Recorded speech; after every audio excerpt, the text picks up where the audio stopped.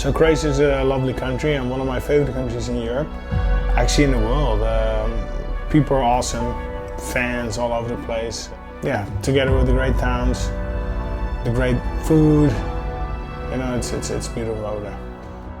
2 years ago, he came here during the Soccer World Championship, and he put the Cikatić t-shirt on, you know, jersey, and everybody likes it because our Croatian people, we are very, very sensitive about our country, about flag, about red and white. That's it, you know. People remember it and respect it.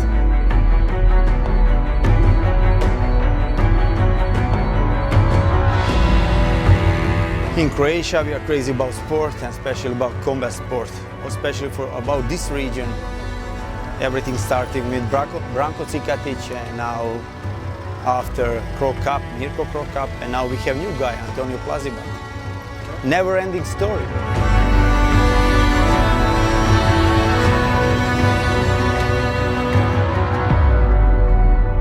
The country's crazy about martial arts. They just love the fighting game over there. You know, some countries have more fans than others, but in Croatia it's totally, absolutely crazy.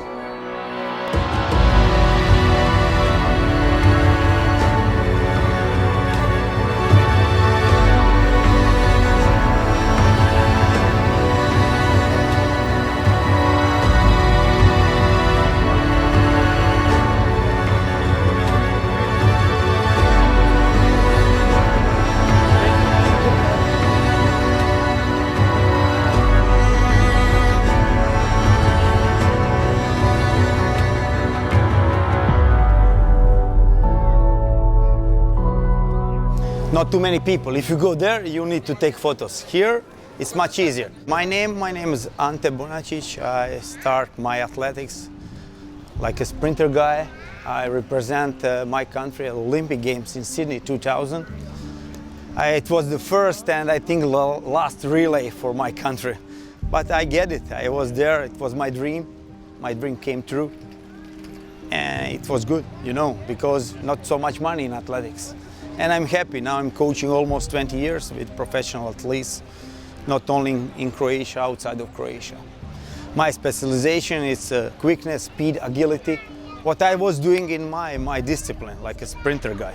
I never sit still. I'm always training, I'm always preparing, I'm always working on new stuff.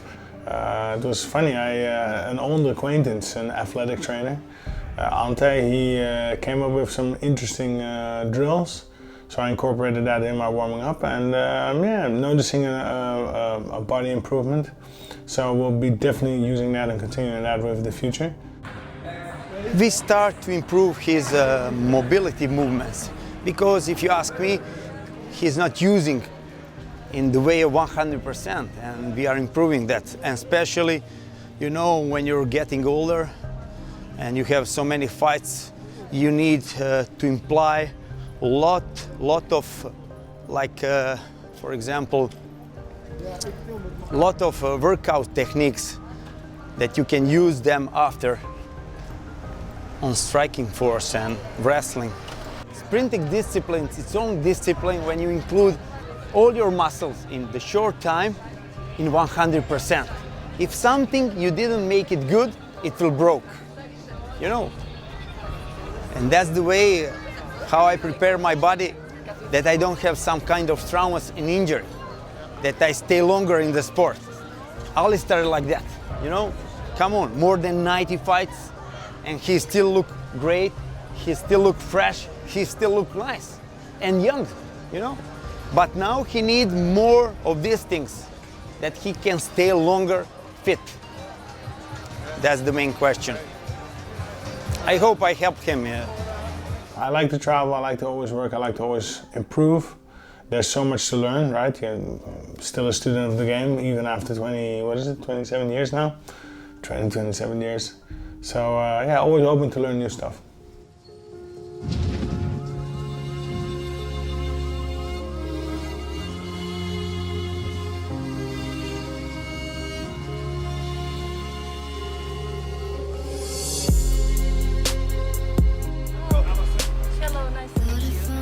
We just visited the Branko Cikatić grave. He's lying here in Split. He passed away March 22 of this year. And yeah, we went there, we put some flowers on his grave and paid some respect, some homage. So as the last K1 champion to the first K1 champion.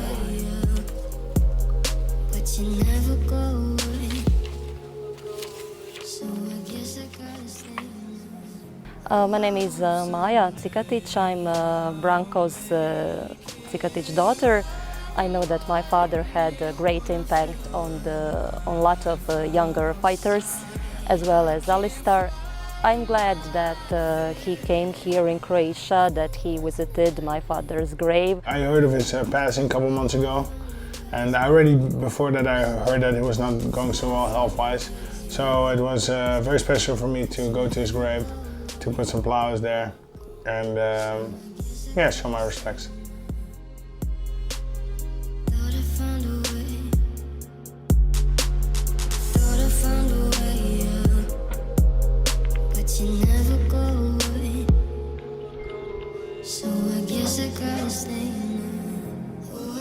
My first K1 champion was Branko Cikatić. He was training in my gym for a long time, about 20 years together. He became the European champion, the world champion and the first K1 champion in 1993. I was in Sweden and there was an international fight between Yugoslavia and Sweden. That time they called it Yugoslavia. And I was the main referee. Branko won his fight on knockout, I remember that. And in the evening, when we have after party, Branko came to me and he asked me, can we talk please? And we sit down, he said, I want to train in your gym, in Cikatić gym in Amsterdam.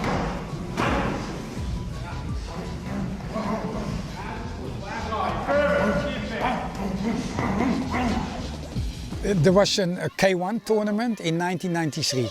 Mr. Ishii was the promoter and I put Peter Arts in. That time 18 years old, but he was the top also, and they wanted a heavyweight.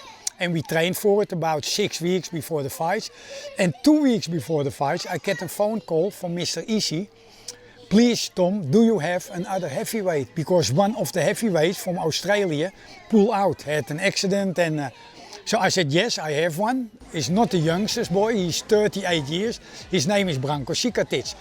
Because he was in good shape, because he was sparring with Peter Arts for the fight in Japan. So he said, oh, please, can you bring him with you? I said, yeah, of course. And I said, Branko, you can fight. He was very happy, of course. The first prize was that time $100,000.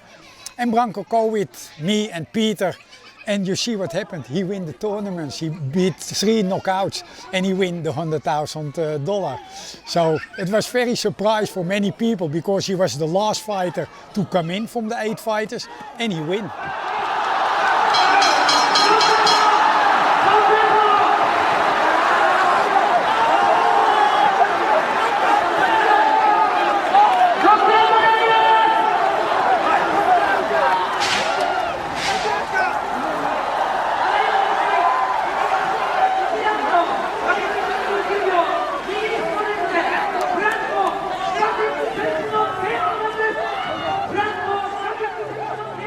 Well, I knew him personally from my Japan K1 days. He was there as a guest, or he actually cornered against me, I think twice. When I fought Peter Arts, he was cornering twice against me.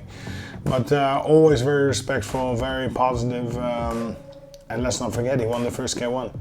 He's a legend, beating host twice. Alistair is a fantastic fighter, he has a good style, he goes for the knockout, he's not afraid, and the people respect that. So it's just his personality, and he looks good, he's a nice guy, so the people want to be with him, you know, and that is one of the reasons he's so very popular here too. People like him more than Crow Cup. I can bet my life. You know that because he's so nice, he didn't say no to nobody. This is about him. It's not only about sport and good results. You must be also a nice person. You must be a positive guy. And this is something people in Croatia feeling about Alistair Overeem. You know, I know him of course as a young boy already when he started training, and my partner Chris Dolman, a very famous Sambo wrestler, world champion, he was training under Chris Dolman that time, and I follow him a long time. I met him in Japan, of course, with the K1 when he win the K1. And I respect Alistair very good because he's a real sportsman. He fights everybody. What kind of fighting arts he don't mind. He's in the ring. He has a samurai heart, and that is what I like a lot. And it's very nice that we are here now together in the same place and we have some holiday together.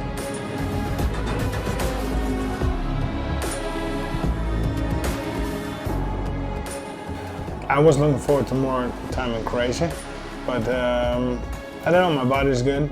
I can still do it. I think I'm using my time very wisely. The time to fight is now, right? I'm getting on age. I need to fight. That's a rule that I had, that one of my old coaches told me when I was very young, you need to fight as often as possible. So when I'm ready, I'm fit, I should just fight as often as possible. So that's a little bit why I accepted the fight. I'll be fighting Augusto Sakai, September 5th in Vegas. To be honest, he was not on my radar. I never heard of him before he got offered to me. UFC offered him. I do not choose my own opponents. UFC is coming with this name, and I need to get ASAP back to Denver, link up with the team and get back on the horse with everything. But my body's rested, I'm in a good shape, and I'm in the mood to fight.